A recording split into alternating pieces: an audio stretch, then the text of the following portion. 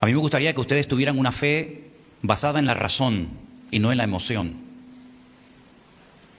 Porque la fe del cristiano no es una fe ciega. Bueno, tenemos que creer en esto porque es lo que nos han dicho y es lo que hay, pero no se puede comprobar. No, esa no es la fe del cristiano. La fe del cristiano está basada en hechos concretos.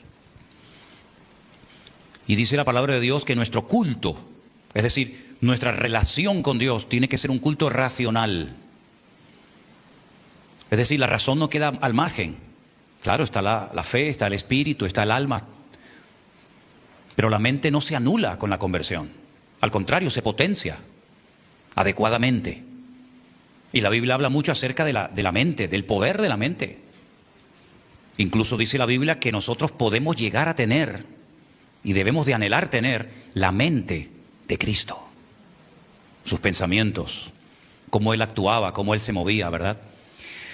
Y por eso creo que es muy importante que de vez en cuando, y hoy es una de esas tardes, que sería bueno que analizáramos una de las palabras que utilizamos muy a menudo, y es la palabra Señor. Quiero que presten atención a esa explicación o a esa definición que encontramos ahí. Como bien saben ustedes, el Nuevo Testamento se escribió originalmente en griego. Y el griego también es un idioma tremendamente rico y con palabras polivalentes, es decir, que tienen múltiples significados o traducciones. Pero concretamente la palabra Kyrios, esta palabra griega, es la palabra que se traduce como Señor, pero Señor con mayúscula en nuestro idioma. Yo he dicho muchas veces que tanto en griego como en español el tema de las mayúsculas y de las minúsculas no existe. Pero en nuestro idioma es muy importante, ¿verdad? Porque cuando nos referimos al Señor, nos estamos refiriendo a Él, digamos, con mayúscula. Por lo tanto, Kyrios es la palabra que se utiliza para la palabra Señor, pero del Señor de nuestro Dios, para que nos entendamos. También se podría traducir como tutor, maestro. En la antigua Grecia era el tutor oficial legal de una mujer. ¿Por qué? Porque una mujer cualquiera, no importa la edad que tuviera, las mujeres en Grecia no tenían el privilegio de ser consideradas ciudadanas, era un privilegio única y exclusivamente de los hombres. Por lo tanto, como ellas no tenían este estatus de ciudadana, tenían que tener un tutor, un Kyrios, por supuesto un adulto, un hombre, pues no podían actuar de forma independiente ante cualquier contrato legal. El Kyrios, que tenía también un papel de responsable para una mujer soltera, sería en este caso su padre. Y en el caso que éste muriese, podría ser un hermano, un tío o un pariente cercano, pero siempre masculino. Cuando se casaba, este papel del Kyrios pasaba a su marido, y su marido era su señor. Y si se quedaba viuda, podía tener por Kyrios a su hermano o incluso hasta a su propio hijo. Uno de los versículos que a veces es muy mal interpretado, porque no se termina de entender lo que significa eso de señor, es cuando dice la Biblia que Sara llamaba a su marido Señor. Baal en hebreo. Baal significa Señor, que es diferente a la palabra que se utiliza para referirse al Señor nuestro Dios, que es Adonai. Pero Baal significa Señor, Baalí es mi Señor o mi marido. Y por eso ella entendía que su marido era su Señor, pero no para pisarla, no para humillarla, sino porque era su autoridad. Como dice el Nuevo Testamento, su cabeza espiritual. Y esto no es cuestión de machismo ni de feminismo, lo cual ha hecho muchísimo daño a muchas personas, incluso cristianos e iglesias, sino es simplemente aceptar el rol que cada uno tiene que cumplir en esta vida. La Biblia nos enseña que en la iglesia, aunque delante de Dios todos somos iguales, la realidad es que en la iglesia no todo el mundo puede ser ojo, o boca, o pierna, o cabeza. Bueno, cabeza ninguno porque es el Señor, pero quiero decir que cada uno de los miembros en el cuerpo de Cristo cumple un rol, una función específica, ¿verdad? Y aunque nadie es imprescindible, lo que está bien claro es que cuando un miembro deja de ejercer su función y de aportar lo que tiene que aportar, está perjudicando al resto del cuerpo de Cristo. Por eso, si tú te planteas tu cristianismo única y exclusivamente viniendo una vez a la semana a la iglesia a mirar o a escuchar, tienes que cambiar eso, porque te vas a convertir en una persona que se va a pegar toda su vida oyendo y no aportando nada. Y no estoy hablando de aporte económico, que es el que a mí personalmente el que menos me interesa. Sino hablo de tu aporte espiritual. ¿Qué aporta usted viniendo a esta iglesia? Yo sé lo que yo tengo que aportar y creo que lo estoy aportando. Sé cuál es mi función, a lo que Dios me llamó y a lo que Dios no me llamó también lo tengo claro. Pero usted tiene con el paso del tiempo que preguntarse, bueno, yo ya me he convertido, he entendido el Evangelio, he decidido venir a esta iglesia, si ese es su caso, si no lo es, pues usted tendrá que orar para ver si es aquí o en otra. Y usted tiene que plantearse en algún momento de su vida cuál es su función en esa iglesia en la que el Señor le ha puesto. Porque simplemente como oidor, usted no va a terminar de desarrollar y de echar fuera, si me permiten la palabra, todo lo que usted tiene para aportar al cuerpo de Cristo. Es como si la mano se niega a trabajar. Bueno, hay gente que escribe con los pies, incluso hacen cuadros extraordinarios. El otro día, por cierto, vi a un muchacho tocando la guitarra con los pies que ni yo con las dos manos la toco como él. Pero no es lo normal. La guitarra no se diseñó. De hecho, la forma de guitarra tiene forma de mujer. Y no se tocaba en horizontal, sino en vertical, como si fuera un violonchelo. Y no tenía 6 cuerdas, eso lo hicieron los españoles. La guitarra es un instrumento de origen árabe que tenía 5 cuerdas y cuando vino a España los españoles le metieron una más, 6. ¿Verdad? Y se toca con la mano. Por lo tanto, usted tiene que saber cuál es su función dentro del cuerpo de Cristo. Ahora bien, para formar parte del cuerpo de Cristo hay un paso que es fundamental, insustituible. Y es el de confesar, ahora hablaremos de eso, confesar públicamente que Jesús es el Señor. Y usted dice, eso es muy fácil, ¿no? Sí, pero no es, repita conmigo, Jesús es el Señor. Amén. El siguiente. Jesús es el Señor. Amén. El siguiente. No. Vamos a profundizar un poco en el término. ¿A quién se le llamaba en la época del Imperio Romano Kyrios o Señor? Únicamente al César de Roma y a las divinidades que éste adoraba. Ese título no se le podía dar absolutamente a nadie. No había ningún sacerdote, ningún rabino, nadie en el mundo que pudiera osar atreverse a llamarse Kyrios, máxima autoridad, maestro, Señor. Sino, repito, era única y exclusivamente para el César de Roma, que en cierto sentido era como el dueño de todas las almas, el dueño de todas las personas. Fíjense hasta qué punto llegaba esta gente, en esa egolatría, en ese afán de querer ser adorado, admirado, etcétera, que hasta sus caras, sus rostros, las acuñaban en las monedas. Y ellos consideraban que toda moneda que llevara su cara, su rostro, era de él. Si no, es que yo tengo monedas. No, usted no tiene monedas. Esas monedas son mías porque tienen mi rostro. Y ese era el origen realmente. El propietario era el que acuñaba su rostro en la moneda. Y ellos eran los únicos que podían ser adorados, reverenciados con ese título de Kyrios. Ahora, la primera vez que se tradujo la Biblia a otro idioma fue en Alejandría. Un descendiente de los seleucidas, cuando se dividió el imperio de Grecia, uno de ellos decidió tener en esa biblioteca mundialmente conocida un ejemplar de las leyes de los judíos, porque ellos se dieron cuenta de que las leyes de los hombres, de los gobiernos, cambiaban. Ahora se permitía una cosa, en la siguiente generación se prohibía. Eran leyes cambiantes, pero ellos se dieron cuenta de que había un pueblo sobre la faz de la tierra que sus leyes siempre eran iguales.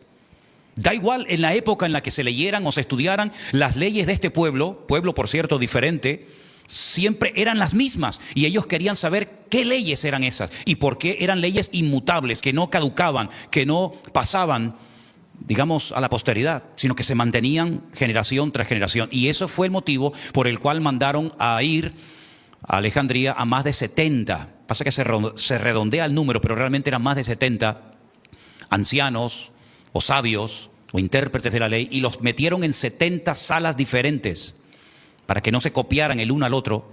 Y después de un tiempo cada uno tenía que presentar la copia entera, la traducción entera de todo el Antiguo Testamento, desde Génesis hasta el último libro de la Biblia, que aunque en nuestra Biblia es el libro de Malaquías, en la Biblia en hebreo es Segunda de Crónicas, ¿vale? Ya lo expliqué en su día por qué. Y esa fue la primera vez que se tradujo la Biblia a otro idioma, al griego. Y esa se conoce como la Biblia de la Septuaginta, que era la que utilizaban en la época de Jesús. Porque ya muchos no sabían leer el hebreo y leían la Biblia en el griego.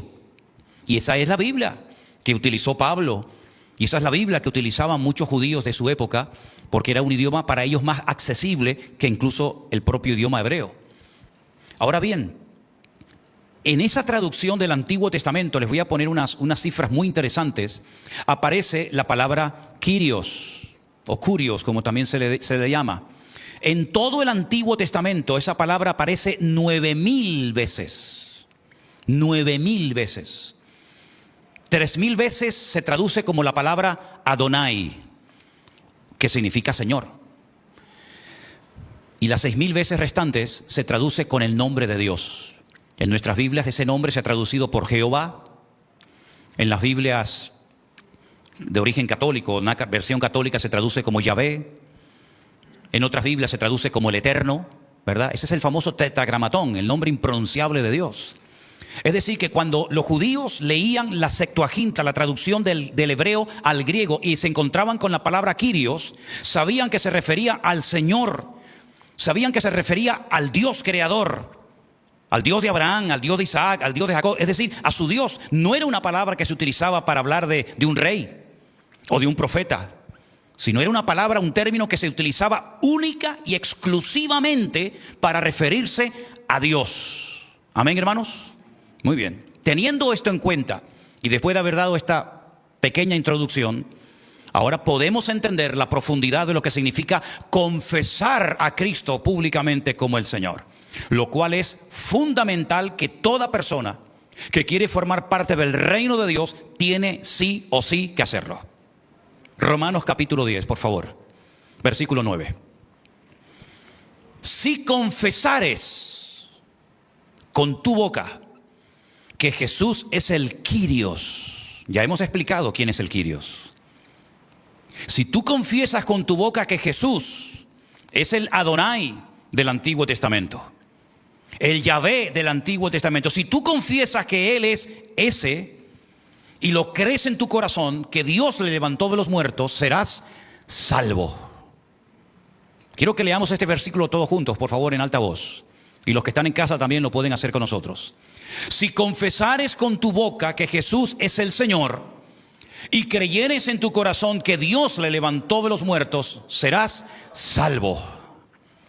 No es simplemente venir a la iglesia. Hay gente que viene a la iglesia y no son salvos. Hay hijos de creyentes que se han criado en la iglesia. A lo mejor su madre lo trajo desde su propio vientre y asistieron a la escuela dominical de niños y fueron a lo mejor a algún campamento. O suelen venir regularmente al culto de jóvenes y no son salvos. Hay incluso hijos de pastores que se criaron en el evangelio que no son salvos. Hay personas que puede ser que lleven toda la vida en la iglesia y no son salvos.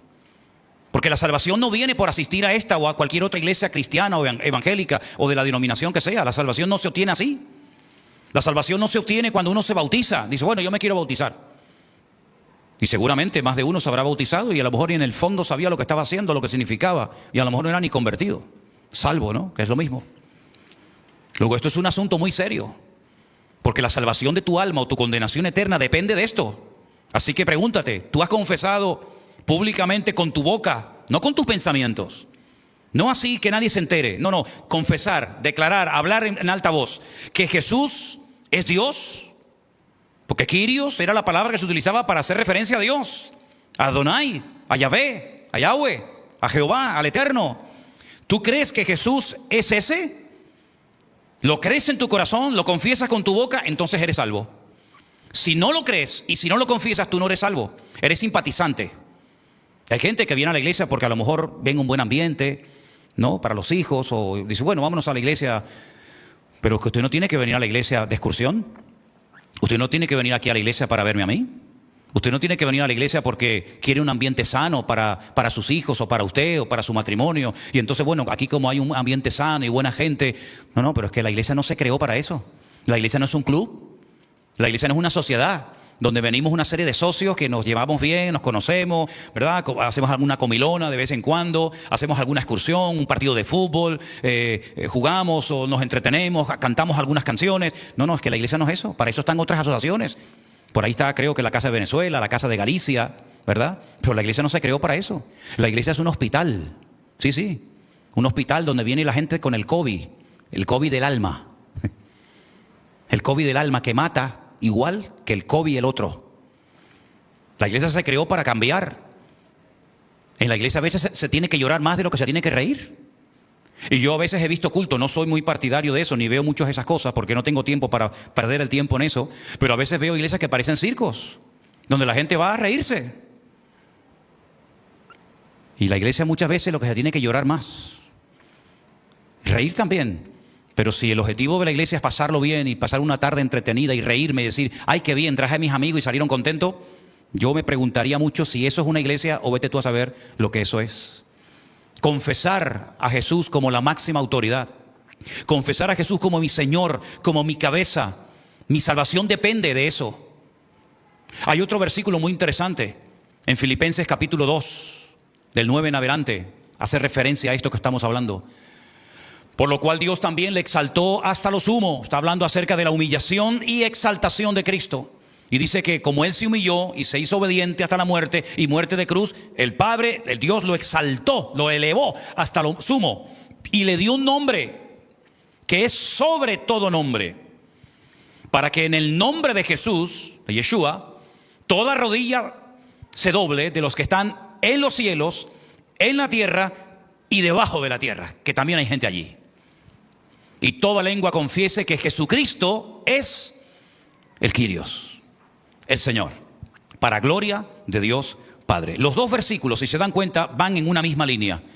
Una va dirigida a los romanos, otra a los hermanos de la iglesia de Filipo, los filipenses, pero apuntan en una misma dirección. Confesar públicamente que Jesús es el Señor. ¿Saben cuántos hermanos nuestros en los primeros siglos de la era cristiana murieron por decir esto? Porque a nadie se le podía llamar Kyrios, Señor, sino al César. Y ellos decían, no, César no es Kyrios, César no es nuestro Señor es Jesucristo. ¿Saben cuántos murieron por confesar que Cristo era el Señor y por no querer admitir y reconocer públicamente que César no era el Señor de sus vidas? Miles de hermanos nuestros murieron por eso. Que algunos a lo mejor se toman tan a la ligera. Bueno, tampoco es tan importante eso de confesar a Cristo, ¿no? Que no es importante. Miren, le voy a hacer un pequeño recorrido por algunos pasajes de la Biblia para que usted se dé cuenta lo importante que es confesar a Cristo.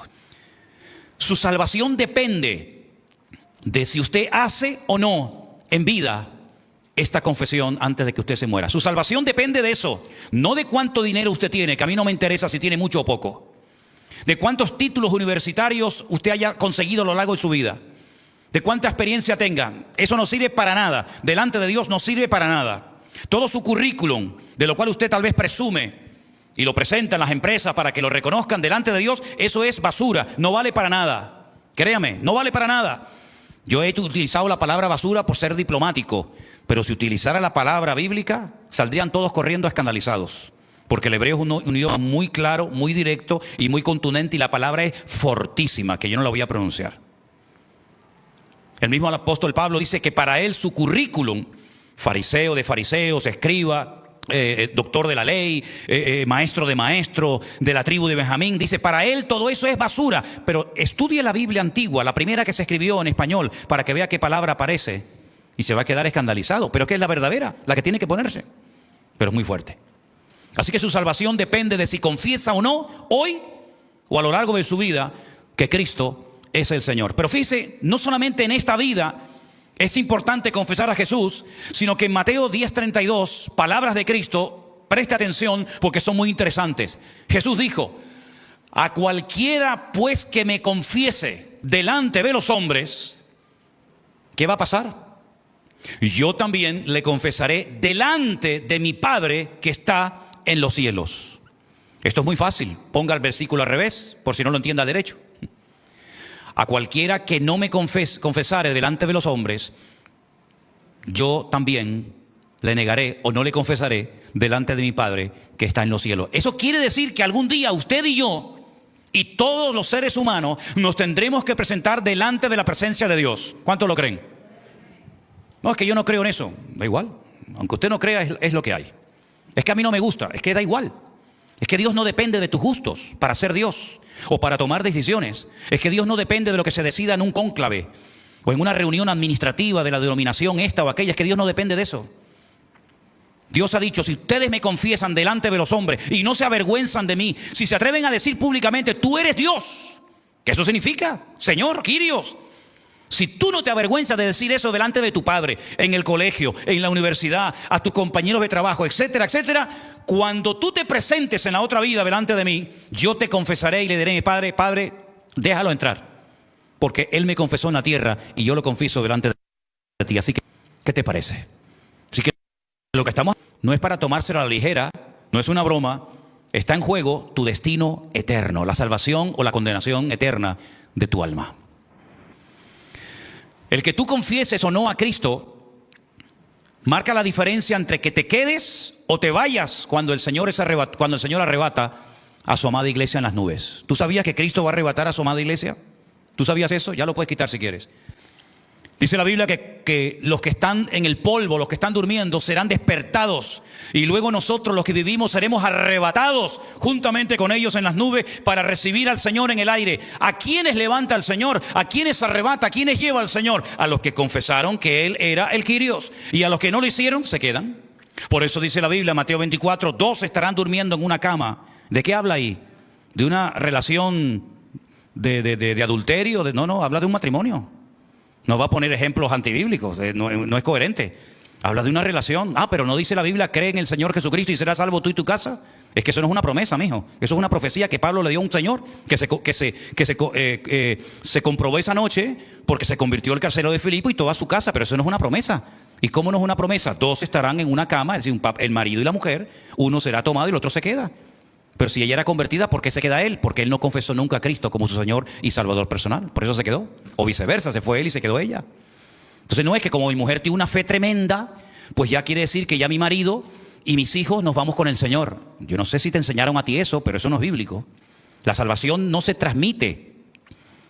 La salvación es personal e intransferible. Tú no te puedes convertir por 4 o 5 miembros de tu familia. Hay sectas como por ejemplo los mormones que dicen, bueno, como los que se murieron no eran mormones, nos bautizamos por ellos y se salvan, aunque se condenaron porque no eran de nuestra secta o de nuestra religión. Es que tampoco es bíblico. La salvación, repito, es intransferible, es personal. Si tú no te conviertes, tú te quedas. Por eso el que te vayas o que te quedes en esta vida depende de si confiesas o no al Señor Jesucristo como tu Señor y Salvador personal. Y ya sabes lo que significa la palabra Señor. Dios, autoridad, maestro, cabeza, etcétera, etcétera. No hay nada por encima de él. Pero bueno, habrá otras maneras, preguntarán algunos. Habrá otras formas. Bueno, vamos a ver qué nos dice la Biblia.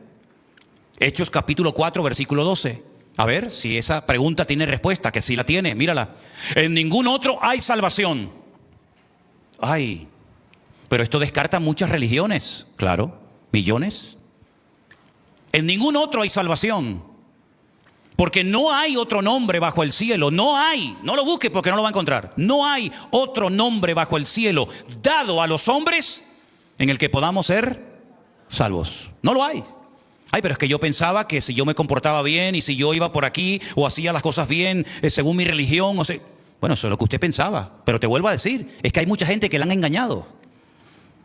Y yo creo que una de las funciones principales por las cuales Dios me puso aquí y delante de esas cámaras, ¿saben para qué? Es para sacar a millones y a millones de personas de las mentiras que les han metido en la cabeza. Y gracias a Dios, miles de personas se están convirtiendo en estos últimos tiempos para la gloria de Dios. Y dicen textualmente, gracias a Dios por la palabra, pastor. Gracias a Dios porque han caído las escamas de mis ojos. Porque es tiempo de que se te hable claro el evangelio. No hay otro nombre. No lo hay. Pero hay otro versículo aún más fuerte que este. Primera de Timoteo 2:5. Porque hay un solo mediador. Hay un solo Dios y un solo mediador entre Dios y los hombres. ¿Y cómo se llama ese mediador? Ese intercesor. Pero no era María. No. Pero es que a mí me enseñaron y a mí también. Y a mí también me lo enseñaron. ¿Pero quién te lo enseñó? ¿Dios o los hombres? Los hombres, ¿verdad? Solamente hay un Dios. Y ahí creo que la mayoría estamos de acuerdo. Pero en lo que muchos no están de acuerdo es en eso de que hay un solo mediador entre Dios y los hombres. Y se llama Jesucristo, hombre. Así que no hay otro nombre, no hay otro mediador. Y la única forma de ser salvos y no quedarnos en esta vida y perder nuestra vida, nuestra alma eternamente y para siempre, es confesando públicamente que Él es el Señor para gloria de Dios Padre. ¿Cuántos dicen amén? Si prestaron atención a la lectura de esta tarde, en Apocalipsis capítulo 5, es tremendo este capítulo. Yo le pedí a Rafael que lo leyera entero. Antes de comenzar el culto le dije, bueno, es que es un capítulo muy largo, pero claro, me daba pena cortarlo, porque es que es un capítulo extraordinario, porque aquí surge un dilema, aquí surge una pregunta, y vamos a leer a partir del versículo 1. Y vi en la mano derecha del que estaba sentado en el trono un libro escrito por dentro y por fuera, sellado con 7 sellos. Y vi a un ángel fuerte que pregonaba a gran voz, ¿quién es digno de abrir el libro y de desatar sus sellos? Todo esto está pasando en la otra vida, allí, en esa dimensión diferente a la nuestra. Un libro que está escrito por dentro y por fuera, nadie lo puede mirar, nadie lo puede leer, ¿verdad? La pregunta recorre el cielo, ¿quién es digno de abrir este libro, de desatar sus sellos? Y la respuesta es tremenda, ninguno, ni en el cielo, ni en la tierra, ni debajo de la tierra, podía abrir el libro, ni aún mirarlo. Y mira que hay gente en el cielo, está Pablo, está José, está María, ¿quién más? Está Abraham, ¿quién más? Moisés, Jacob, José, Noé, miles, millones, pero dice que no había ni uno digno de abrir el libro ni aún mirarlo. Y entonces dice, yo lloraba mucho porque no se había hallado a ninguno digno de abrir el libro, ni de leerlo, ni de mirarlo. Y uno de los ancianos me dijo, no llores. No llores. Mira los títulos que vienen ahora. He aquí el león de la tribu de Judá, la raíz de David, ha vencido para abrir el libro y desatar sus 7 sellos. ¿Cuántos dicen por favor un fuerte amén? Gloria a Dios. Ese era el único digno de poder abrirlo, leerlo, mirarlo, compartirlo, el único. Y miré y vi que en medio del trono de los 4 seres vivientes, en medio de los ancianos, estaba en pie un cordero como inmolado, que tenía 7 cuernos, 7 ojos, los cuales son los 7 espíritus de Dios enviados por toda la tierra. Y vino y tomó el libro de la mano derecha del que estaba sentado en el trono. Y cuando hubo tomado el libro, los 4 seres vivientes, los 24 ancianos, se postraron delante del cordero, se postraron delante del cordero. Es interesante notar que cuando Pedro va a la casa de Cornelio, el centurión romano, y se postra y le dice, no te postres, adora a Dios.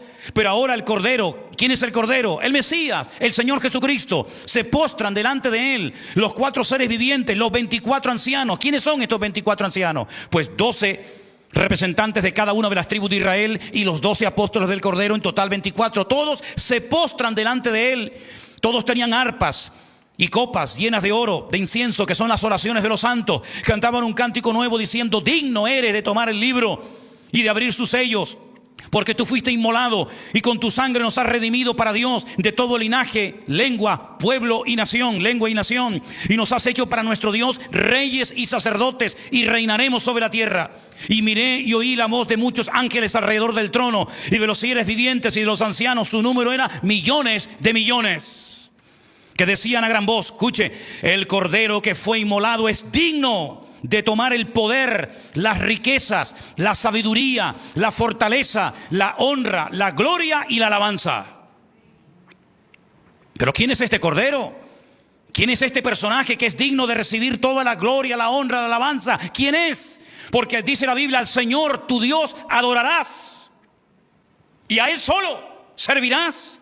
Pero ahora me encuentro aquí que el cordero que fue inmolado, que es digno de tomar el poder, la riqueza, la sabiduría, la fortaleza, la honra, la gloria y la alabanza. Entonces, ¿en qué quedamos? ¿Adoramos a Dios o adoramos a Jesús? ¿Y no será que son lo mismo? ¿Y no será que Jesús es Dios? Porque si no fuera Dios, esto sería idolatría. Estaríamos adorando a un hombre creyendo que es Dios. Pero esto es Biblia. Esto no es la teología de esta iglesia local. Esto es la palabra de Dios. Bautistas, pentecostales, metodistas, anglicanos, católicos. Todo ser humano que se acerque hoy a Apocalipsis capítulo 5 leerá lo mismo que yo estoy leyendo hoy aquí en este púlpito. Que el Cordero es el único digno de ser alabado, admirado, reconocido, honrado. Todo le pertenece a Él. Luego tiene que ser Dios, porque si no es Dios, estamos cometiendo el peor pecado, que es el de darle culto y honra y gloria a un hombre en vez de a nuestro Dios. Y todo lo creado que está en el cielo y sobre la tierra y debajo de la tierra y en el mar y todas las cosas que en ellos hay, oí decir al que está sentado en el trono y al Cordero sea la alabanza, la honra, la gloria, el poder por los siglos de los siglos. Amén. Los 4 seres vivientes decían amén. Y los 24 ancianos se postraron sobre su rostro y adoraron al que vive por los siglos de los siglos. Lo adoraron. No le dieron un aplauso diciendo, vamos a dar un aplauso para tenerlo contento. Gracias por lo que hiciste por nosotros en la cruz, pero quédate ahí. No, lo alabaron, lo adoraron, se postraron delante de Él. ¿Por qué? Porque Cristo es Kyrios, Él es el Señor, Él es el Dios eterno, el Verbo hecho carne. ¿Cuántos dicen amén? No puedo creer que nadie me diga amén con lo que estoy diciendo. No puedo creer que nadie dé un aplauso a Dios en esta tarde. Y me estoy esforzando para animarles. Y quiero verles animados. Quiero verles gozosos. Porque Él está aquí con nosotros en esta tarde. ¿Cuántos dicen amén? Gloria a Dios. Por favor, hermano. Por favor. Que no hemos venido aquí con cara triste. No hemos venido a un funeral. Yo he venido a adorar a mi Dios, al que me cambió, al que me sanó y al que me echó los demonios que tenía en el cuerpo. Él está aquí conmigo en esta tarde. Él está aquí en esta iglesia con nosotros. Y no nos cueste nunca decir amén. No nos cueste nunca decir gloria a Dios. Es que yo me convertí en una iglesia, hermano. Yo me crié en una denominación que eso de dar aplauso y de decir gloria a Dios no se hacía, no era normal. Pues vaya acostumbrándose, mijo. Vaya acostumbrándose. Porque en el cielo estaremos todo el día dando aplausos, Y en el cielo estaremos todo el día diciendo gloria a Dios y aleluya y digno eres y santo y santo. Así que vaya practicando desde ahora. Porque estamos aquí para aprender. ¿Cuántos dicen amén? Al que no era capaz, al que no se atrevía, al que no quería, al que se negaba rotundamente a reconocer que el César de Roma era el Kyrios, le cortaban la cabeza directamente. Así de claro. ¿Se dan cuenta lo que significa confesar a Cristo? ¿Se dan cuenta que no es venga conmigo, repita conmigo, yo acepto a Jesús, perdóname Señor, amén, venga al siguiente? ¿Se dan cuenta que es mucho más profundo? Ahora, si Él es el Señor, si Él es el Dios verdadero y si Él es la máxima autoridad, significa que yo ahora le pertenezco a Él. Y hay alguien que lo entendió perfectamente. ¿Y saben quién fue? Saulo de Tarso, Pablo.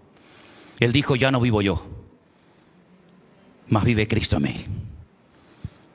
¿Qué significa ser redimido? Otra palabra que ya en su momento explicaremos. Redimido. Hemos sido redimidos por la sangre de Cristo. Y a veces no saben ni lo que están diciendo. Redimido, comprado. ¿Se acuerdan ustedes cuando aquel hombre se levanta por la noche y pone así su mano y no encuentra a su mujer en la cama con él? Y sale por las calles a buscarla y se da cuenta de que está en una plataforma en público delante de todo el mundo, totalmente desnuda, de arriba abajo, y la están subastando como si fuera una esclava.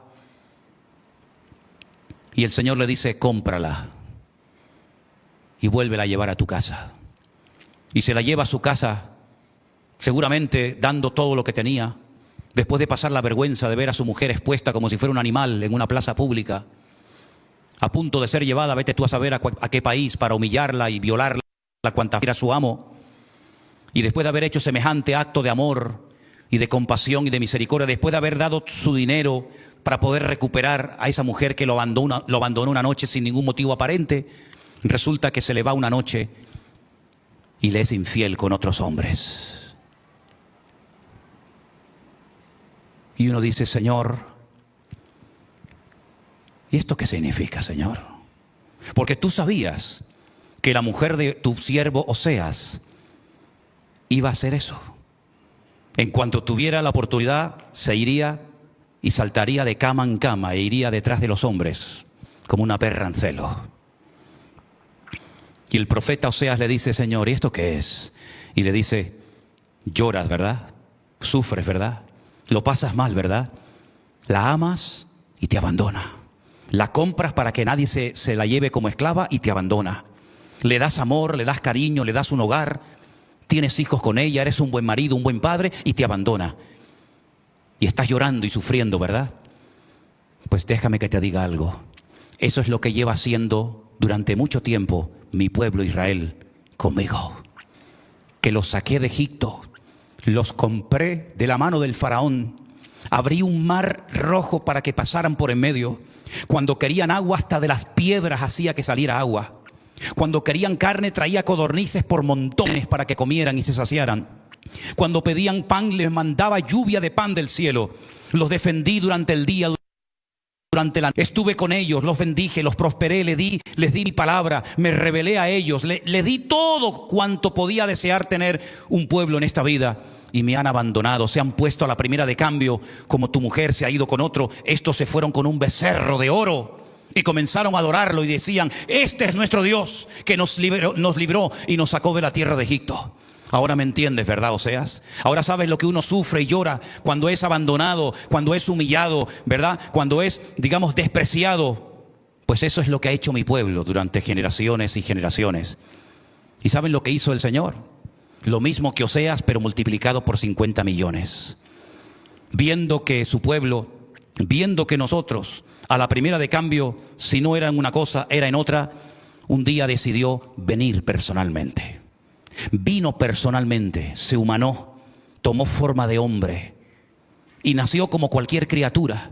Y estuvo en el vientre 9 meses esperando, como tiene que esperar una criatura para nacer. Y a los 9 meses nace y espera hasta los 30.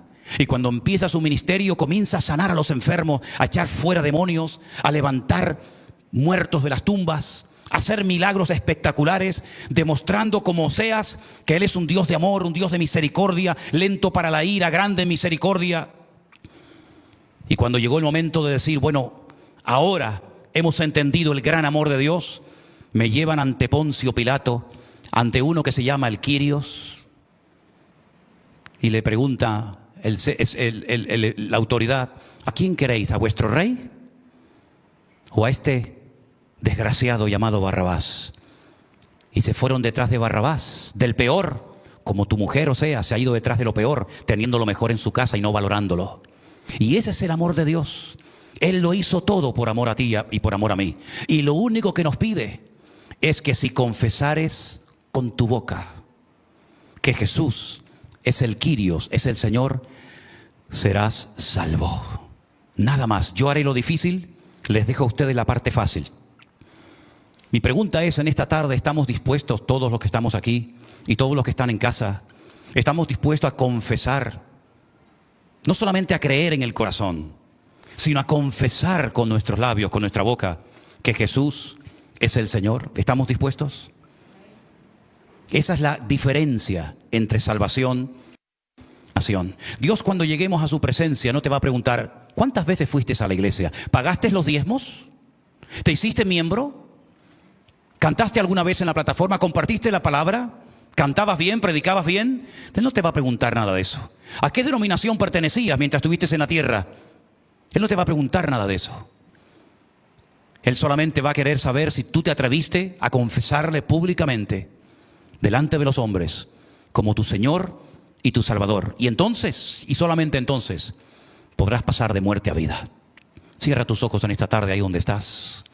Y si hay alguien en casa o aquí con nosotros en esta tarde que cree que Jesús es el Señor, que cree que Jesús murió y resucitó al tercer día, pero no lo has dicho, no lo has confesado con tu boca, ahora es el momento de hacerlo, mi querido amigo.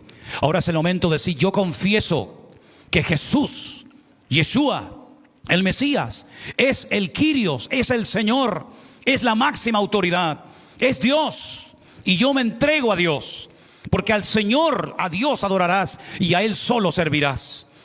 Y confesamos en esta tarde con nuestra boca: tú eres el Señor, tú serás mi Señor, mi autoridad, mi cabeza, me someto a ti. Hay gente que no se quiere someter a nada ni a nadie, pero sométanse a Dios, porque sometiéndote a Dios seréis libres. Tarde quiero mandar saludos a todos ustedes que nos están viendo en este momento. Como les dije el otro día, no es mi costumbre, pero para saber si estamos o no saliendo al aire, yo tengo aquí conmigo mi teléfono y puedo ver que hay muchos de ustedes están conectados, mandan saludos, dicen cosas que yo en este momento, como ustedes comprenderán, no puedo estar leyendo, pero les agradezco a todos ustedes por estar con nosotros, por hacernos sentir que no estamos solos. Sabemos que ustedes nos aman, sabemos que ustedes nos aprecian, pero queremos en esta tarde agradecer de todo corazón a ustedes que están al otro lado, en lugares tan distantes como por ejemplo me consta Canadá. Quiero mandar un saludo a unos hermanos que en este momento nos están viendo desde Canadá, con unos jóvenes que viajaron con nosotros este año precisamente en el mes de febrero a Israel, y les mando un saludo con todo el corazón de nuestra parte. Que el Señor les bendiga y que el Señor les fortalezca grandemente. Hermanos que hoy me llamaban desde la pequeña y hermosa isla de La Palma, que en esta tarde se conectarían y también nos estarían viendo, y sería totalmente imposible enumerar y mencionar cada uno de los países, cada uno de los lugares desde los cuales ustedes nos están viendo en esta tarde. Estamos agradecidos al Señor porque sabemos que hoy es el día que Dios nos ha creado, nos ha regalado para que nos gocemos y nos deleitemos en Él. Así que pasamos directamente a la palabra del Señor en esta tarde. Espero que disfruten de este mensaje. Espero que todos podamos aprender mucho de la palabra del Señor. Y comenzábamos el culto de hoy leyendo en Primera de Corintios el capítulo 10, donde el apóstol Pablo enumera una serie de acontecimientos que tuvieron lugar en el Antiguo Testamento en el pueblo de Israel. Acontecimientos que todos nosotros conocemos perfectamente, porque hemos leído por mucho tiempo la palabra del Señor y sabemos perfectamente lo que le pasó a Israel en Egipto, cuando salen de Egipto, cuando cruzan el Mar Rojo, se adentran en el desierto y 40 años más tarde logran llegar a la tierra de Canaán, la tierra prometida, la tierra que fluye leche y miel. Hemos leído en esta tarde en Primera de Corintios capítulo 10 que todas aquellas cosas que a ellos les ocurrieron en lo natural son para nosotros un ejemplo a veces a imitar y a veces un ejemplo a no imitar. Si ellos cayeron en el pecado de la idolatría, no caigamos nosotros. Si ellos codiciaron y murmuraron, no caigamos nosotros pues en ese pecado hoy en día.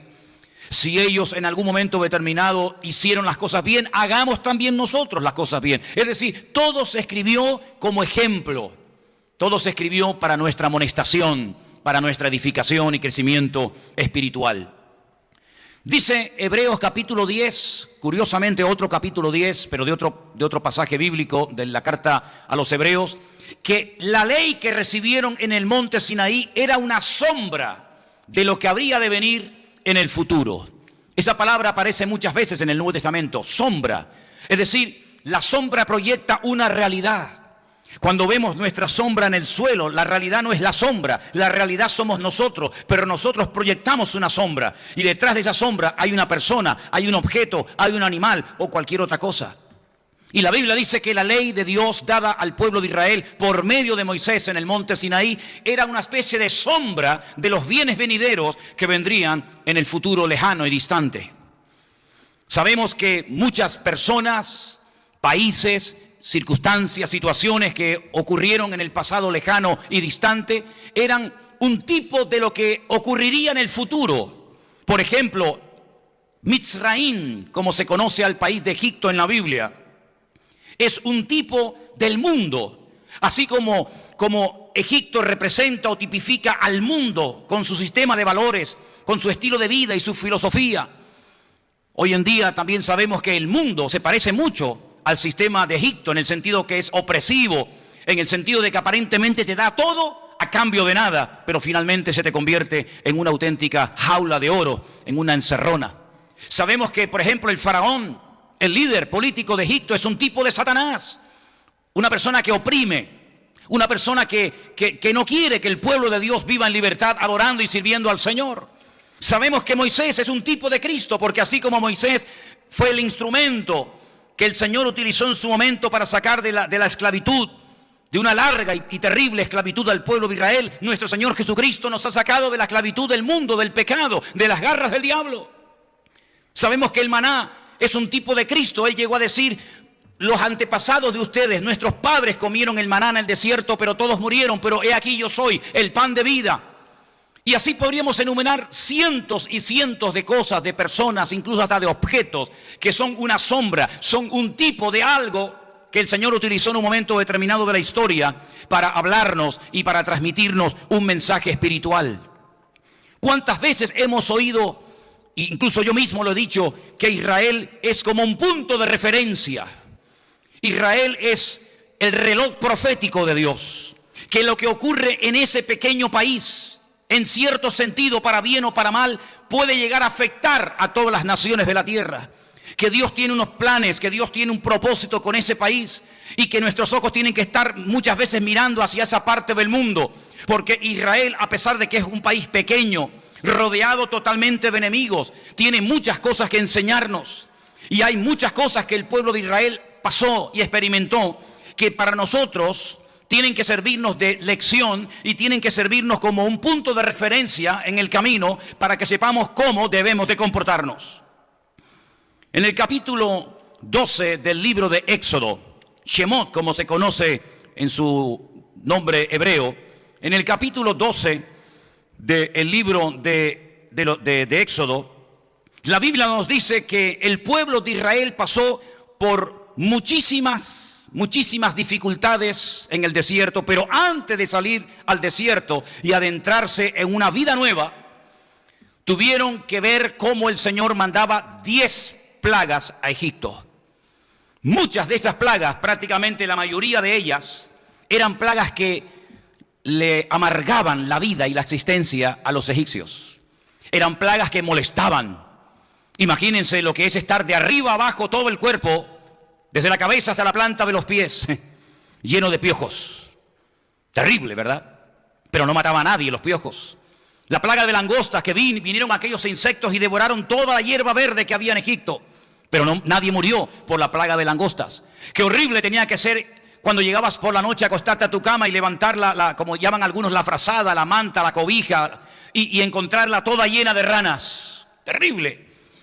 O irte a poner la ropa o los zapatos y encontrarte ranas por todos lados, pero nadie murió por la plaga de las ranas. Pero sin embargo, la última plaga, la que se relata en Éxodo capítulo 12, es una plaga que iba a matar a miles y a miles de seres humanos. Y el capítulo 12 del libro de los Hechos, precisamente ayer sábado, día de reposo en Israel, se leyó este capítulo. Y es un capítulo en el que encontramos dos cosas fundamentales. Cómo celebrar Pesaj, cómo celebrar la fiesta de la Pascua. Una fiesta tremendamente importante en el calendario judío, en el calendario religioso. Y no solamente instrucciones para cómo celebrar la Pascua, cómo matar el cordero, cómo preparar la comida, con qué actitud comer, etcétera, etcétera, sino que también en Éxodo capítulo 12 se dan instrucciones concretas y específicas para evitar que la muerte se apodere de la vida de los primogénitos. Muchos egipcios se fiaron de las instrucciones de Dios. Todos sabemos que era poner sangre en los mezuzot, es decir, en los postes de las casas. De ahí que hasta el día de hoy en las casas de mucha gente en Israel y del mundo y en todas las sinagogas hay lo que se llama una mezuzá, que es como una cajita donde en su interior hay unos textos bíblicos. Pues los postes en hebreo se dice mezuzot. Y allí tenían que poner sangre y en los dinteles de la puerta. ¿Para qué? Para que cuando pasara esa noche el heridor, la versión Reina Valera, en Éxodo capítulo 12, habla de el heridor como el ángel de la muerte. El que la única manera de detenerlo y que no entrara y matara al primogénito era frenarlo con sangre. La sangre del cordero. Esa palabra heridor o destructor en hebreo es mashhit. Y cuando uno comienza a buscar por otras partes de la Biblia dónde aparece este ángel destructor, este ángel de la muerte, este mashhit, uno resulta que cuando ve en 2 de Samuel el castigo tremendo que Dios manda a Israel porque David ha hecho un censo sin que Dios le diga que lo haga. La Biblia nos enseña que comienza a morir miles y miles de personas. Concretamente, el capítulo 24 de 2 de Samuel dice que desde Dan hasta Beersheba, es decir, desde el norte hasta el sur, todo el país se llenó de muertos. 70,000 personas murieron. Si hoy en día, en cualquier ciudad de las nuestras, Madrid, Barcelona, Nueva York, Quebec, Toronto, Buenos Aires, Santiago de Chile, México, si hoy en día murieran 70,000 personas en un país por una plaga, sería una tragedia a nivel mundial. Pues imagínense en los tiempos del rey David, en un país tan pequeño, desde el norte hasta el sur, la muerte comenzó a recorrer todo el país y murieron, repito, 70,000 hombres, sin contar mujeres y niños. David está desesperado. David no sabe cómo detener la muerte, no sabe cómo enfrentarse al Mashhit. Es el mismo nombre que aparece en Éxodo capítulo 12, el mismo ángel de la muerte. Y entonces David sabe que hay que hacer algo, pero rápido, urgente, porque la gente está cayendo por todas partes muerta. Y entonces sube a lo alto del monte Moriah y se encuentra un hombre viviendo en lo alto de ese monte que todos lo conocen como el nombre de Arauna el Jebuseo. La ciudad había sido conquistada por David, a los jebuseos, pero aún quedaba este Arauna en lo alto del monte Moriah, viviendo allí. Cuando ve que el rey David llega, el rey David le dice: quiero comprar esta tierra, quiero ofrecer un sacrificio a Dios. Él le ofrece a Dios los bueyes, la leña, la tierra, a cambio de nada. Pero David dice: no le ofreceré a mi Dios sacrificio que no me cueste nada. ¿Y saben qué fue lo que paró a Mashhit en aquel momento? Allí, en el monte Moriah, la sangre, el sacrificio de aquel cordero, que en aquel monte era la única manera de detener el avance de este ángel destructor, de este ángel de la muerte. Otra vez aparece la sangre, otra vez otro cordero muerto. Ya habían matado a un cordero y habían utilizado su sangre en Egipto para frenar la mortandad y la plaga. Y ahora nuevamente otro cordero es sacrificado y derramada su sangre sobre un altar para detener al Mashhit, al ángel destructor, al heridor, al ángel de la muerte.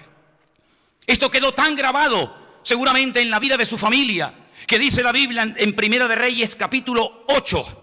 No lo voy a leer todo porque es un pasaje muy extenso, pero les animo a que lean, repito, Primera de Reyes 8, del 12 al 37. Salomón, el día que está dedicando en el mismo monte que su padre sacrificó para que no viniera la muerte a Jerusalén, en ese mismo monte Moriah, Salomón construye el primer templo de Jerusalén. El primer templo, la primera casa para Dios. Y hace una oración muy larga, hace una oración muy profunda, hace una oración realmente preciosa.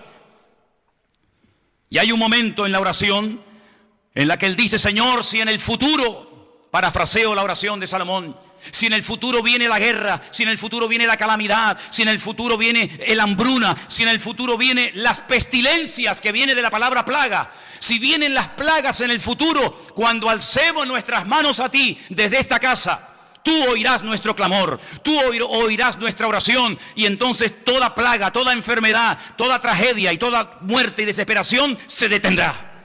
Fíjense qué cosas tan curiosas. La sangre del cordero detuvo la muerte en Egipto. La sangre del cordero, el sacrificio del rey David, detuvo la muerte de las personas que morían en Jerusalén y en el país. Y ahora la oración de Salomón, oración profética, oración que dice: cuando en el futuro comiencen a venirnos tragedias y calamidades, no las conoció Salomón en su generación. Salomón no vivió en tiempos de guerra, en tiempos de crisis, en tiempos de hambruna. No, era el tiempo de la abundancia. Pero él sabía proféticamente que algún día el futuro le traería cosas terribles y fuertes al pueblo de Dios, al pueblo de Israel. Y entonces él se adelanta, dice: cuando llegue ese momento, cuando llegue el día malo, como dice Efesios capítulo 6, entonces levantaremos nuestras manos y oraremos hacia ti en este lugar, y entonces tú oirás nuestra oración y pararás la plaga y pararás la mortandad. Sangre, sangre, sangre, corderos, oración por todas partes. Son las armas tremendamente poderosas que Dios le ha proporcionado al pueblo de Dios para que sepa cómo actuar en momentos de calamidad, en momentos de muerte, en momentos de pestilencia, en momentos en el que parece que el mundo está patas arriba y no hay solución y no hay remedio. En ese momento podemos invocar el nombre de nuestro Dios y ser salvos en medio de esta perversa generación. ¿No derramó Cristo su sangre? ¿No dice la Biblia en Primera de Juan capítulo 1, verso 7, si no recuerdo mal, que la sangre de Jesucristo nos limpia de todo pecado? ¿No dice la palabra de Dios que Él fue el sacrificio perfecto que se ofreció voluntariamente al Padre para que a través de su muerte, a través de su sacrificio en la cruz, nuestros pecados fueran anulados y nuestra vida fuera cambiada y pudiéramos experimentar el amor y la gracia transformadora de nuestro Dios. Y un detalle muy importante: no fue el Cordero de Dios el que está derramando su sangre y presentando su vida como sacrificio al Padre. No fue aquel que dijo en la cruz: Padre, perdónalos, porque no saben lo que hacen. Los tres elementos los tenemos en la vida del Señor Jesucristo: la sangre, el sacrificio y la oración. 39 versículos hay en el Nuevo Testamento, 39 versículos que nos hablan acerca de la sangre de nuestro Señor Jesucristo. Dice que el hombre negligente, el Baal Mashhit, en Proverbios 18:9, el hombre negligente se asocia, colabora con el ángel destructor, con el ángel de la muerte, con el que viene a hurtar, a matar y a destruir. Pero el Señor Jesucristo ha venido para darnos vida y vida en abundancia, para deshacer las obras del diablo y para que podamos vivir en libertad, en la libertad gloriosa de los hijos de Dios, y podamos vivir en victoria y podamos caminar por encima de las tormentas y podamos, hermanos, caminar en gozo, en paz y en seguridad, aunque andemos por valles de sombra y de muerte. Y el temor no se va a apoderar de la vida, del corazón de la iglesia, porque el Señor cuida a su iglesia como uno cuida de su esposa y como uno cuida de sí mismo. Dice la Biblia que Él cuida y protege y sustenta a la iglesia. Grande es este misterio, decía el apóstol Pablo a los Efesios. Con un pasaporte europeo podemos viajar por toda Europa y nadie nos va a decir a dónde va. ¿Usted tiene visa? ¿Tiene permiso? No, no existe eso. Tenemos una policía para toda Europa, la Unipol. Tenemos un gobierno central en Bruselas, lo llaman la bestia. Yo estaba allí en el Parlamento Europeo y allí se dan leyes y órdenes para toda Europa. Y hay un gobierno central. Por lo tanto, mis queridos hermanos, lo que antaño era impensable, que un continente como Europa, que se enfrentaron en dos terribles guerras, en la Primera y en la Segunda Guerra Mundial, donde unos peleaban contra otros y eran enemigos, hoy se sientan en la mesa y comen juntos. Y es algo impensable hace años atrás, que Europa, que se estaban matando y peleando el uno al otro, hoy en día sean amigos y hacen comercio y transacciones comerciales, y viajan los camioneros y viajan los políticos de un lugar a otro como si fueran a su propia casa. Todo esto es la escena que se está preparando para que el anticristo, este personaje político, aparezca en cualquier momento. Pero Satanás sabe perfectamente que el corazón del hombre tiene tendencias o inclinaciones, digamos, de tipo espiritual. El hombre siempre, de una manera u otra, siempre adora algo o a alguien, al sol, a la luna, a la piedra, a los pájaros, a Dios, a quien sea. Y entonces, como Satanás sabe perfectamente que el ser humano es un ser con tendencias religiosas, le va a dar su religión a sus seguidores. Y la Biblia dice dónde va a estar la sede, la cabeza de esta religión mundial. Y dice, estará en la ciudad que reina sobre todos los reyes de la tierra. Uy, qué dato tan interesante, ¿eh? La sede del falso predicador, del falso profeta, del falso exponente del Evangelio de Jesucristo. La cabeza, la sede central, estará en la ciudad que gobierna sobre todos los reyes de la tierra. Ahora, no hay que interpretar eso en el siglo XXI. Hay que ponerse en el siglo I, cuando Juan recibió esa información, esa revelación. ¿Cuál era la ciudad que en aquel momento reinaba sobre todas las naciones de la tierra? Subrayo entre paréntesis. La geografía bíblica excluye a Norteamérica, a Centroamérica y a Sudamérica. La geografía bíblica es muy pequeña, ¿verdad? Por eso, cuando hablamos de reyes sobre toda la tierra, estamos hablando de la tierra, de la geografía bíblica. Y no, por ejemplo, de este país. Porque este país va a entrar en una decadencia. Ya entró en una decadencia moral y espiritual terrible. Y esto le ha abierto la puerta al enemigo para terminar destruyendo naciones tan hermosas, tan ricas, como por ejemplo Cuba, Venezuela, Argentina, Ecuador, México, Perú, etcétera, etcétera. Naciones ricas, naciones hermosas, naciones que tienen de todo y que han entrado en una decadencia moral y espiritual terrible. Porque dice la Biblia que cuando el anticristo aparezca, él va a ofrecer algo que no va a haber en ese momento en el mundo, y es paz y seguridad. Si tenemos paz y seguridad, ¿para qué viene usted a ofrecerme algo que ya tengo? Es como si alguien va a tu casa a venderte una aspiradora. Dice, ya tengo una. Vengo a venderle un carro, ya tengo uno. Vengo a venderle una nevera, ya tengo una. Vengo a venderle una televisión, ya tengo todo eso. Pero cuando el anticristo viene a las naciones de la tierra, a los gobiernos, a ofrecerles paz y seguridad, es porque no tienen ni paz ni seguridad. Porque cuando hay seguridad, tenemos paz. Y cuando no hay paz es porque no estamos seguros de nada, ni del dinero, ni de la salud, ni de nada. Entonces el anticristo, este es el eslogan de su campaña. Vengo a ofrecerles lo que vuestros políticos inútiles han sido capaces de ofrecerles a ustedes durante generaciones y generaciones. Paz y seguridad. Y como la gente lo que quiere es vivir en paz y tener tranquilidad en sus hogares y vivir seguros, muchos de ellos se van a convertir en sus seguidores más fieles y más devotos. ¿Te das cuenta? Pues esa ciudad que gobernaba sobre todos los reinos de la tierra se llamaba Roma. Roma, capital del Imperio Romano.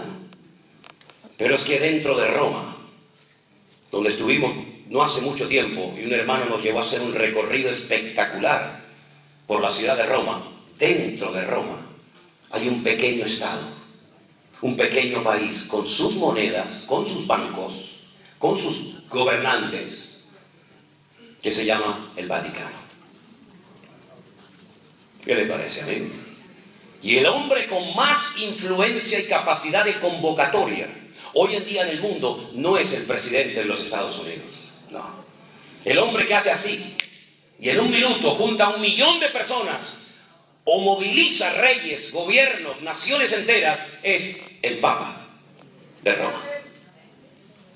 Que es como el presidente de un país, pero en vez de llamarse presidente lo llaman papa. Y en vez de llamarse embajadores los llaman cardenales. Y en vez de llamarse ministros los llaman obispos, etcétera, etcétera. Pero es exactamente lo mismo.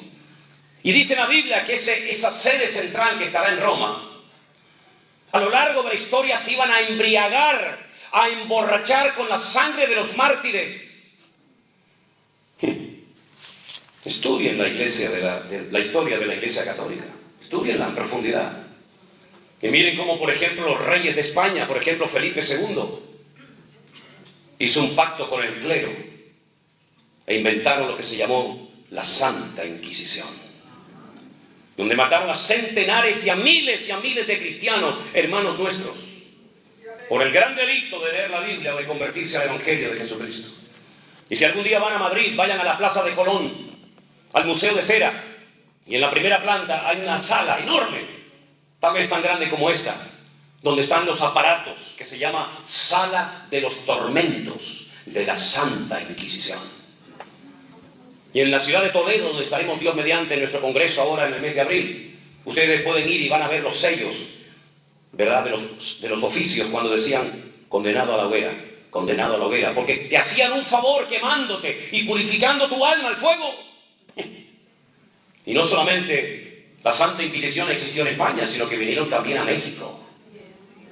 Y vinieron también a Perú y a otras naciones, persiguiendo a judíos y persiguiendo a los protestantes, como nos llamaban en aquella época. Porque en aquella época protestábamos, hoy en día nos acomodamos. En aquella época abríamos la boca, hoy en día nos callamos, para que nadie sepa que soy cristiano en mi trabajo y me expulsen. Y así como los musulmanes hoy en día se paran en cualquier plaza pública o restaurante o donde sea y ponen su alfombra y rezan mirando a la Meca, dándole las espaldas a Jerusalén, los cristianos ya dejaron de traer las Biblias a los cultos y las llevan en el teléfono escondidas para que nadie sepa que eres cristiano. ¿Qué te parece? Esos somos los hijos del Altísimo, los representantes del Señor, que nos da vergüenza ir por la calle con la Santa Biblia y le damos la vuelta en el ascensor para que crean que llevamos un libro, una agenda. La iglesia necesita una sacudida urgente, hermanos. Hay algunos que viven no sé dónde, pero están ajenos a esta realidad de que las cosas van a cambiar, y de hecho están cambiando. Miren lo que le están enseñando a nuestros hijos, a nuestros nietos en las escuelas, en las universidades. Es increíble. Donde ya ni siquiera puedes levantar la voz porque te echan del trabajo, te echan del canal de televisión, te denuncian. Días antes de venir aquí a Estados Unidos, el gobierno español, que son todos una partida de inútiles, óiganlo bien, si me están grabando ahí en la cámara, sois unos inútiles, hijos del diablo. Instrumentos del diablo sois todos vosotros. Aprobaron una ley que un niño de 12 años se puede cambiar de sexo y de nombre sin pedirle permiso a sus padres. Algún día tendréis que rendir cuentas por lo que estáis haciendo, destruyendo a la familia de nuestro país. Y uno puede mirar a todas partes y te das cuenta que hoy en día ni siquiera puedes abrir la boca. Porque se dice, no voy a mandar a mi hijo a esa escuela o a esa universidad para que le enseñen esos disparates. Pues la policía te viene y te lleva detenido porque no llevas al niño a la escuela. Es impresionante.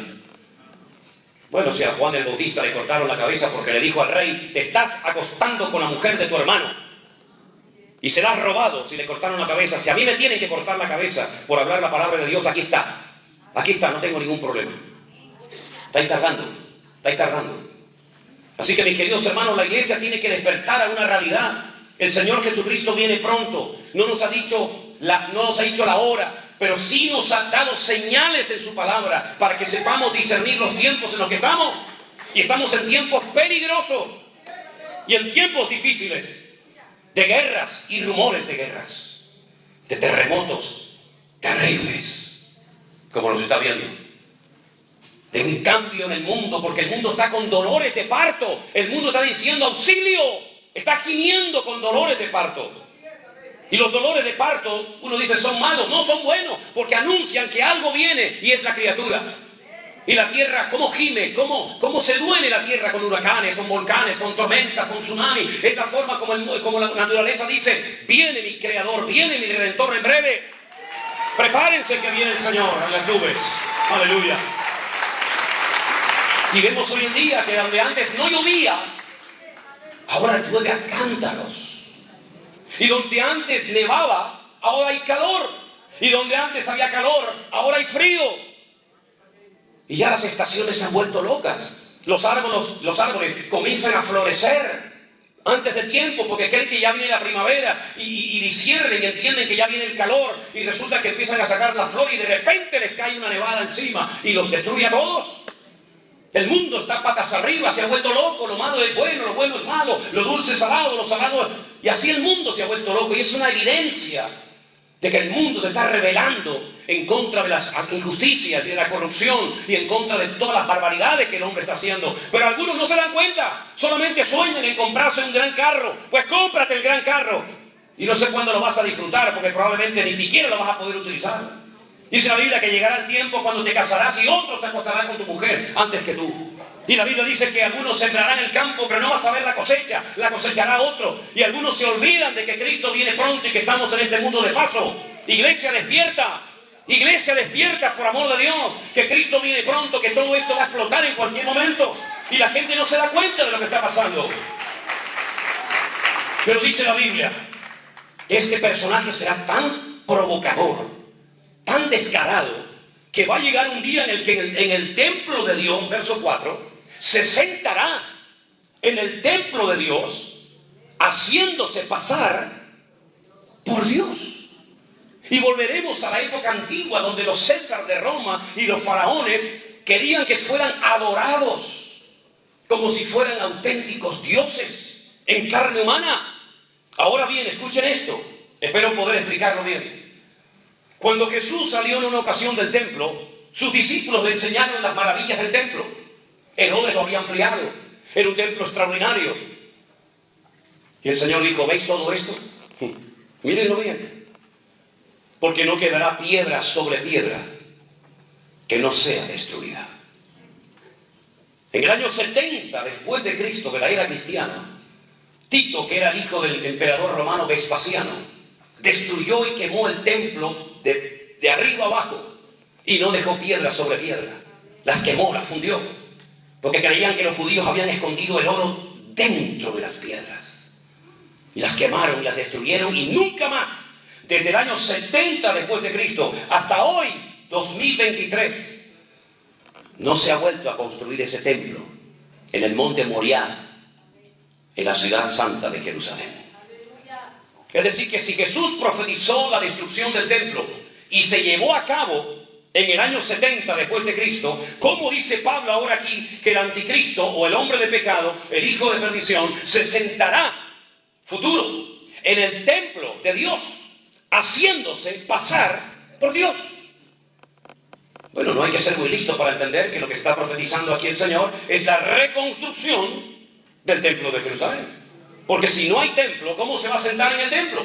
¿Cómo se va a hacer pasar por Dios en el templo de Dios si no hay templo? Bueno, querido, lo que te está hablando aquí el Señor claramente es que el templo de Jerusalén por tercera vez va a volver a ser reconstruido. Y los que han viajado conmigo a Israel y los que viajen Dios mediante en los próximos viajes saben perfectamente que todo ya está preparado y listo para reconstruir el templo en cualquier momento. Algunos dirán, sí, pero es que hermano, en el lugar donde antaño estuvo el templo de Jerusalén, hoy en día hay el domo de la roca, esa cúpula dorada de oro, donde abajo está la roca, la piedra, que es más grande que todo esto, que es como un altar donde Abraham subió con su hijo Isaac para ser sacrificado. ¿Cómo se van a ir los árabes de allí? No lo sé. Pero que el templo se va a reconstruir allí, no tengo la más mínima duda. Tal vez un terremoto. Tal vez ellos mismos la destruyan. No lo sé. Pero Dios no miente y la palabra de Dios se cumplirá. Por lo tanto, esta es una de las señales de los últimos tiempos. Aquel cura que dijo que la iglesia no vería nada de esto, sino que sería arrebatada antes de la tribulación,